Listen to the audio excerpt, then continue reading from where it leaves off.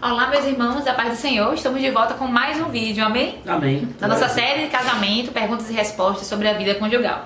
E aí envolve tudo, né? Casamento, daqui a pouco a gente vai falar sobre namoro também, algum momento desse aí. É muito bom, noivado, namoro, noivado, é muito bom. Enfim, e também esse assunto divórcio, porque é um assunto muito amplo e tem muitas situações, a gente tem se estendido um pouco nesses vídeos, porque de fato são muitas questões e muitas perguntas e tem muitas pessoas sofrendo com isso, né? Muitas pessoas sofrem, né? Porque, como eu já falei com vocês, doutrinas que são criadas por homens e colocam peso nessas pessoas. Então tem muita gente mesmo. Já teve uma amiga minha que ela me falou que a filhinha dela, ela é tratada com diferença na igreja infantil, porque a mãe dela era separada, era uma mãe solteira, né? Então isso é uma coisa muito séria, por isso que a gente está levando um tempo para estar tratando mais, sempre trazendo isso, mais respostas sobre isso, amém? Como se não bastasse até mesmo as próprias dores, né? Do e divórcio, desgraças, né? Que um divórcio traz. São Com muitas certeza. dores e Então, são consequências desastrosas, né?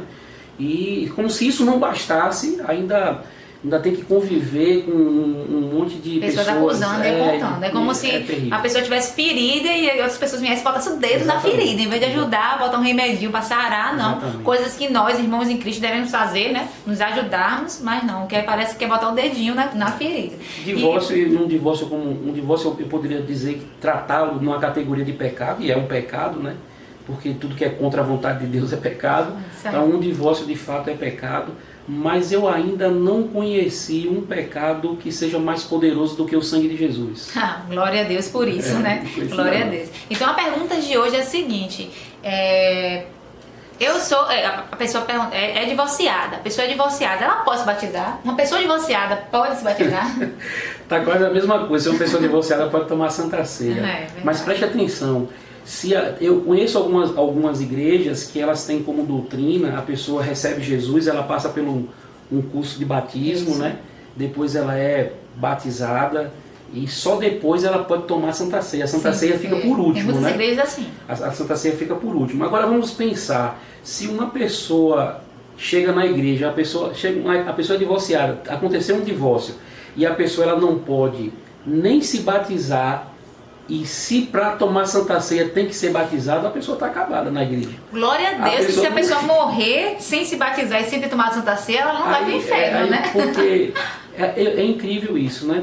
Mas vamos entrar nesse ponto específico, que é o ponto que diz assim: uma pessoa divorciada pode se batizar.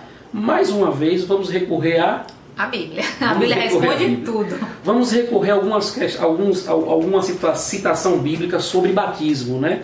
Então, no livro de Atos, no capítulo 8, fala que Filipe ele foi levado pelo Espírito Santo. Então Filipe estava numa obra que foi o Espírito Santo que mandou ele fazer. Então Filipe estava obedecendo ao Espírito Santo, amém? Filipe não estava obedecendo Pedro, não estava obedecendo Paulo, não estava obedecendo João. Paulo nem estava aqui ainda como apóstolo aqui nessa situação, não estava obedecendo João. Então Filipe estava em obediência ao Espírito Santo. Vamos lá. E o Espírito Santo levou Filipe para um lugar, né, na estrada que ia de Jerusalém até a faixa de Gaza, até Gaza. Ele iria encontrar o etíope. O etíope era um administrador dos tesouros de Candace, rainha etíope, uma rainha influente etíope. E esse homem era um homem importante, um homem muito importante, e tinha ido para Jerusalém para adorar. E a Bíblia fala que o Espírito Santo diz para Filipe: Filipe, vai para lá, porque eu quero que você se encontre com esse homem. E Filipe vai. E a partir do versículo, e quando Filipe encontra ele, a Bíblia fala que ele está andando numa carruagem. Filipe tem que correr, se esforçar, né, para poder alcançar esse homem. A Bíblia diz que ele está lendo um trecho das Escrituras em voz alta, porque ele estava numa carruagem puxada por cavalos. Uma carruagem tem roda, cavalo puxando, barulho estava acontecendo, mas mesmo assim Filipe conseguiu ouvir o que ele estava lendo, porque Filipe diz que a Bíblia fala que Filipe ouviu ele lendo o trecho de Isaías, do profeta Isaías. E Filipe pergunta para ele: você está entendendo o que é que você está lendo aí?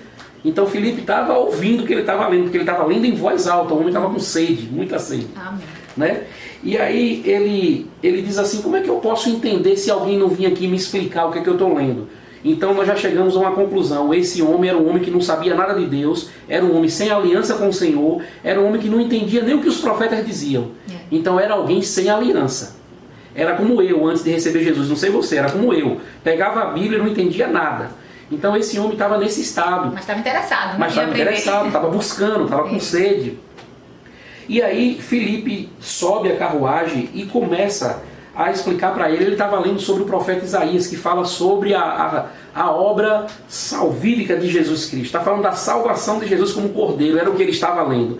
Não tem contexto mais precioso para pregar salvação para alguém, né? Estava falando sobre Jesus. Então Filipe sobe na carruagem e o versículo 34 do capítulo 8 de Atos diz assim: e respondendo o eunuco a Filipe, disse: rogo-te, de quem diz o profeta? De si mesmo ou de algum outro? Então Filipe, abrindo a boca e começando nesta escritura, lhe anunciou Jesus. Então Filipe pregou de Jesus para o eunuco. E preste atenção que a pregação sobre Jesus nasceu de uma virgem, era o prometido. A pregação era essa, era o prometido, veio, nasceu da virgem, era o Deus encarnado, o verbo que se fez carne, morreu, ressuscitou ao terceiro dia, ascendeu aos céus, mas só que antes de ascender ao céu, nos comissionou a pregar o evangelho e a batizar. Amém. Porque foi isso que Jesus comissionou. Amém. Pregue o evangelho, batize as pessoas. Amém. Então a Bíblia diz que Filipe anunciou Jesus para ele. E depois que Filipe anuncia Jesus para ele, olha só o que é que o eunuco diz para Filipe. E indo eles caminhando, chegaram ao pé de alguma água, chegaram a um lugar onde tinha água. E disse o eunuco: eis aqui água, que impede que eu seja batizado?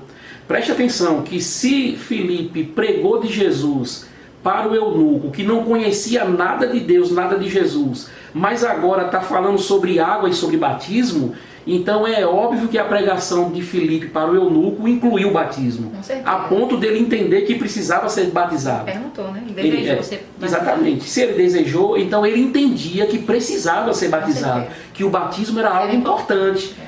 Mas a pregação de Filipe foi uma pregação tão simples e uma pregação ao mesmo tempo profunda, porém sem nenhuma doutrina humana, mas o evangelho simples como ele é. O eunuco chegou a uma conclusão: se tem água, então o que é que me impede de me batizar? Aí é interessante você olhar para o próximo versículo, que é a resposta. Nós vamos encerrar o vídeo aqui. Você vai perceber que Filipe não disse: você é casado? Você é divorciado? Você tem filho? Está cometendo um pecado? Filipe não perguntou: eu preciso fazer um curso de batismo com você. Filipe não disse assim: eu tenho que levar você para os apóstolos te ensinar as doutrinas. Isso. Filipe não disse nada. A única coisa que Filipe disse para batizar esse eunuco é o que está aqui na escritura. Então Filipe disse assim: então disse Filipe: é lícito, se crês de todo o teu coração. E respondendo ele, disse: creio que Jesus Cristo é o Filho de Deus. O eunuco disse para Filipe: Filipe, eu creio que Jesus é o que você me falou. Glória a Deus. O que foi que Filipe fez? Então mandou parar o carro e desceram ambos a água, tanto Filipe como o eunuco, e o batizou. Então aqui está o pré-requisito bíblico para alguém se batizar. O pré-requisito bíblico para alguém se batizar não passa pelo seu estado civil. Se é casado, se é divorciado, se é branco, se é preto, se é rico, se é pobre, se é judeu, se é gentio. Não importa. O pré-requisito bíblico para alguém se batizar não é o seu estado civil, mas é: você crê que Jesus Cristo é o Filho de Deus? Sim, creio. Então você pode se batizar. É o único pré-requisito bíblico. Amém. Né? Glória a Deus por isso, né? E é bom lembrar, como a esposa falou no início, né? Que Filipe, ele não só foi fazer a obra de Deus, mas ele foi levado pelo próprio Espírito Santo. Filipe, ele foi arrebatado. Levado pelo próprio Espírito Santo. Para batizar um homem sem perguntar se ele era divorciado ou não. E sem fazer curso de batismo antes. Volta, é a mesma coisa que nós falamos sobre a Santa Ceia. Se a sua igreja é uma igreja que diz que para se batizar você precisa fazer um curso de batismo, eu para me batizar fiz curso de batismo. Então, se a sua igreja diz que precisa fazer, se isso faz parte da organização, da administração eclesiástica e doutrinária da sua igreja, então você tem que fazer o curso de batismo. Eu só estou te mostrando na Bíblia que o único pré-requisito para se batizar é crer que Jesus é o Filho de Deus. Amém. Amém? Glória a Deus. Nos vemos nos próximos vídeos. Deixe seu like aí, compartilhe e siga nosso canal. Deixa o like, nos segue e deixa seu canal. Clica no sininho. No sininho, ativa as notificações. Segue, se inscreve, deixa seu like, compartilha e clica no sininho. Tchau, tchau. Um abraço.